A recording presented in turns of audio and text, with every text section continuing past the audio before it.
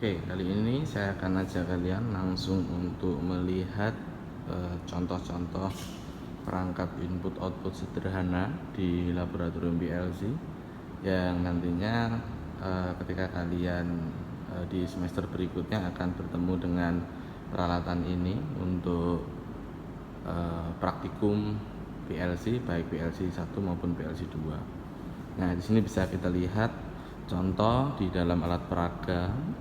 Untuk perangkat input dan output kita ada push button ya, yang merah seperti ini biasanya normally close, yang hijau ini normally open. Kemudian juga ada sensor, ini sensor 3 kabel, yang satu ini induktif mendeteksi logam, sedangkan ini sensor optik yang mendeteksi benda apapun ya dengan metode pantulan infrared. Jadi sini ada infrared, tapi juga ada receivernya. Jadi ketika nanti mendeteksi benda, nanti receivernya ini akan menerima pantulan infrared yang mengenai benda itu. Sedangkan ini adalah sensor induktif, yang mana sensor induktif ini mendeteksi benda logam. Dua-duanya adalah sensor 3 kabel. Kalau kita lihat di sini kabelnya ada hitam, biru, dan coklat ya. Brown, black, blue, seperti yang pernah saya jelaskan sebelumnya. Kemudian selain itu kita juga punya toggle switch. Ini juga seperti saklar ya, perangkat input. Kemudian untuk output kita di sini ada lampu 24 volt ya, lampu 24 volt yang non polar ya, tidak ada kutubnya, jadi bisa dibolak-balik. Terus kemudian di sini kita ada buzzer atau sirine ya, buzzer. Kemudian di sini juga ada relay ya, relay perangkat perantara, di mana ketika kita membutuhkan atau perangkat output kita membutuhkan arus yang besar atau daya yang besar, kita harus menggunakan relay ini karena PLC sendiri tidak mampu untuk menghantarkan atau suplai arus yang besar seperti itu. Nah, ini gambaran perangkat input output sederhana yang digunakan sebagai trainer di dalam PLC dasar. Kalau tadi kita lihat perangkat input output sederhana, sekarang kita lihat alat peraga ya. Ini adalah PLC. Ini PLC dengan tipe ya, tipe PLC bisa dilihat di sini. Omron CP1E E30SDRA. CP1E menunjukkan tipe PLC-nya atau tipe CPU-nya. E30 ini menunjukkan dia adalah tipe standar. 30 itu jumlah input outputnya. Ini modul input dan ini modul output ya. Kemudian SDRA berarti dia outputnya adalah relay dan membutuhkan tegangan AC untuk bekerja. Nah, jadi nanti di sini ada power supply 24 volt. Nah, power supply ini mensuplai modul input. Sedangkan untuk bekerja sendiri PLC ini butuh suplai tegangan AC ya, 220 volt ya. Ini diberikan rentan 100 sampai 240 volt. Ya, seperti itu. Nah, ini untuk PLC lanjut kita nanti akan mengenal MAD11. Karena PLC kita kenal sebagai perangkat controller digital. MAD11 ini memungkinkan kita bisa mengendalikan perangkat input output yang berbasis analog gitu. Kalau kalian lihat di sini kita kasih terminal untuk praktikum, karena nanti yang dibuka tutup atau yang dikencangkan dikendorkan itu kalau di sini nanti cepat rusak ya. Dan kalau rusak servisnya harus semua sampai PLC-nya. Kalau di sini kita cukup ganti terminalnya. Dan ini kita kasih perpanjangan kabel. Ini sebagai pengenalan kalian nanti untuk wiring PLC pada saat praktikum PLC ya. Seperti itu. Ini ada namanya alat peraga konveyor Apple ya. Ini juga ada di buku Omron Internasional, prinsip kerja konveyor Apple. Ini yang ada di layar atau yang ada di depan saya ini adalah konveyor bertingkat. Konveyor bertingkat ini juga hasil karya tugas akhir kakak tingkat kalian sekarang sudah berkarir di industri. Nah, di sini kita lihat konveyor bertingkat juga menggunakan sensor 3 kabel, ya, sensor 3 kabel. Kemudian ini sebagai perangkat inputnya, kemudian ada perangkat outputnya berupa motor. Ya, motor, kalau motor kita lihat ini motor DC 12 volt, biasa kita jumpai di motor power window mobil ya. Karena ini hanya alat peraga, jadi kita gunakan perangkat-perangkat yang memang mudah kita jumpai di pasaran. Nah, karena motor-motor ini bekerja pada tegangan DC 12 volt, maka sedangkan PLC kita ini outputnya ini kita catu dengan 24 volt ya, power supply 24 volt, maka kan ada terjadi beda tegangan di sini.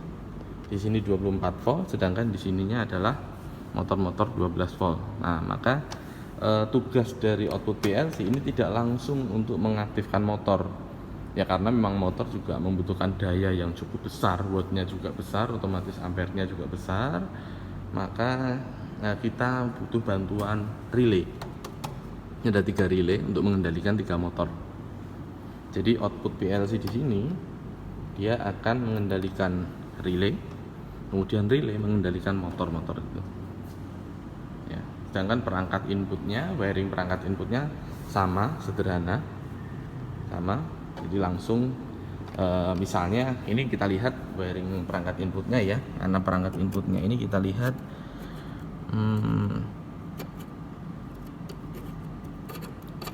Nah, ini ada contoh di sini. Nah, perangkat inputnya ini adalah perangkat input jenis atau sensor jenis NPN. Kalau NPN berarti dia memiliki sifat sensor ini adalah sensor syncing ya. Sensor syncing. Kalau sensornya syncing, maka di input PLC, COM PLC dia harus sourcing. Atau dengan kata lain, COM-nya PLC untuk yang input ini harus terhubung dengan kutub atau catu daya positif 24 volt. Jadi kalau ada catu daya positif, dia harus langsung terhubung ke COM ini. Kenapa?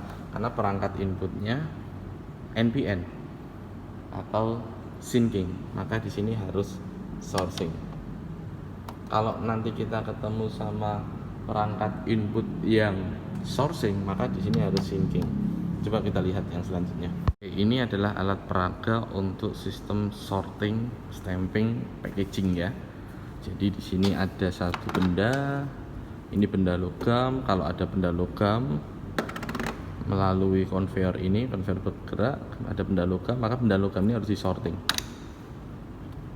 Tapi kalau ada benda plastik gitu ya, karena tidak terpindai oleh sensor, maka ya dia harus terus lolos sampai ke sensor berikutnya. Nah, di sensor berikutnya ini nanti benda akan terdeteksi untuk di stamping gitu. Kemudian setelah di stamping, benda akan lurus terus dan dihitung. Ini counting ya, menghitung, mencacah 1, 2, 3 misalnya, 4 misalnya. Setelah 4 didorong. Nah, ini proses packaging. Ini proses packaging. Nah, di sini kita akan lihat, kalau kita akan bandingkan di sini kita pakai sensor apa. Oke, bisa dilihat di sini. Di sini ada sensor PNP ya. Sensor PNP berarti dia itu sensor positif. Kalau tadi NPN itu negatif, sekarang sensor PNP berarti dia positif. Kalau positif berarti sensor ini sourcing. Kalau sourcing, maka nanti di PLC ini COM-nya ya, COM untuk input ini harus syncing atau terhubung dengan kutub negatif pada catu daya 24 volt DC. Nggak boleh kalau misalnya di sini sourcing nggak bisa. Kalau di sini sourcing, di sini harus syncing. Begitu pula dengan sebaliknya. Nah, kalau kita lihat di sini, kita menggunakan beberapa perangkat ya. Kalau tadi kita hanya ketemu motor. Nah, di sini kita lihat perangkat outputnya ini ada ada katup pneumatik ya dengan aktivasi solenoid. Jadi katup ini bergerak itu atas aktivasi solenoid. Kalau solenoid ini kita kasih arus, sesuai dengan tegangan dan arus yang dibutuhkan, maka solenoid ini akan aktif.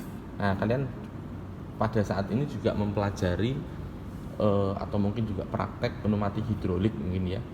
Nah, kalian akan ketemu sama katup 2/3, 5/2 dan sebagainya. Nah, ini bisa kita identifikasi nanti. Nah, ini saya hanya berikan gambaran bahwa di sini katup dikendalikan dengan solenoid. Nah, solenoid ini sebagai beban yang mana akan dikendalikan oleh PLC. Kebetulan ya, katup-katup ini daya yang dibutuhkan itu hanya kecil atau tidak begitu besar, sehingga dan dia juga bekerja pada tegangan 24 volt, jadi sama dengan tegangan yang bekerja pada atau tegangan yang disuplai pada modul output PLC. Nah, sehingga kita tidak memerlukan relay untuk mengaktifkan katup-katup ini. Jadi dia 24 volt langsung kita aktifkan atau langsung kita switch dengan perangkat output yang tersedia di dalam PLC. Nah, kalau kita lihat di sini juga ada relay. Buat apa relay? Nah, relay ini ternyata dipakai untuk mengaktifkan motor atau mengendalikan motor, karena motor ini motor yang sama yang saya jelaskan sebelumnya, motor power window, bekerja pada tegangan 12 volt ya, dengan arus yang cukup besar sehingga membutuhkan relay ya. Jadi nanti motor ini akan disuplai sendiri oleh power supply. Nah, ini power supply 12 voltnya untuk mensuplai motor itu. Nah, dari power supply 12 volt ini ya, yang mengaktifkan, bukan yang mengaktifkan ya, yang mengalirkan atau yang menentukan arus itu akan mengalir atau tidak adalah relay ini. Jadi relay ini adalah, ibarat kata mudahnya adalah, relay ini adalah saklarnya si power supply ini untuk mensuplai motor. Jadi relay ini adalah saklarnya motor untuk bekerja. Sumber arusnya motor bekerja dari mana? Dari power supply ini. Nah, kapan relay ini on, kapan relay ini off, itu dikendalikan oleh ya, ini dikendalikan oleh PLC output, modul outputnya PLC gitu.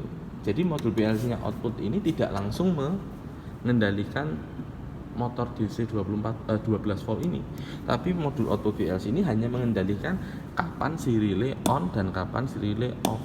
Nah, on off-nya relay ini dipakai untuk menyalakan si motor 12 volt ini dari sumber arus power supply 12 volt. Nah, gambarannya seperti itu. Nah, oke, ini alat peraga yang kita gunakan di dalam lab PLC yang nanti juga akan kalian pakai untuk proses praktikum. Di sini juga ada ya. Di sini juga ada botol capping,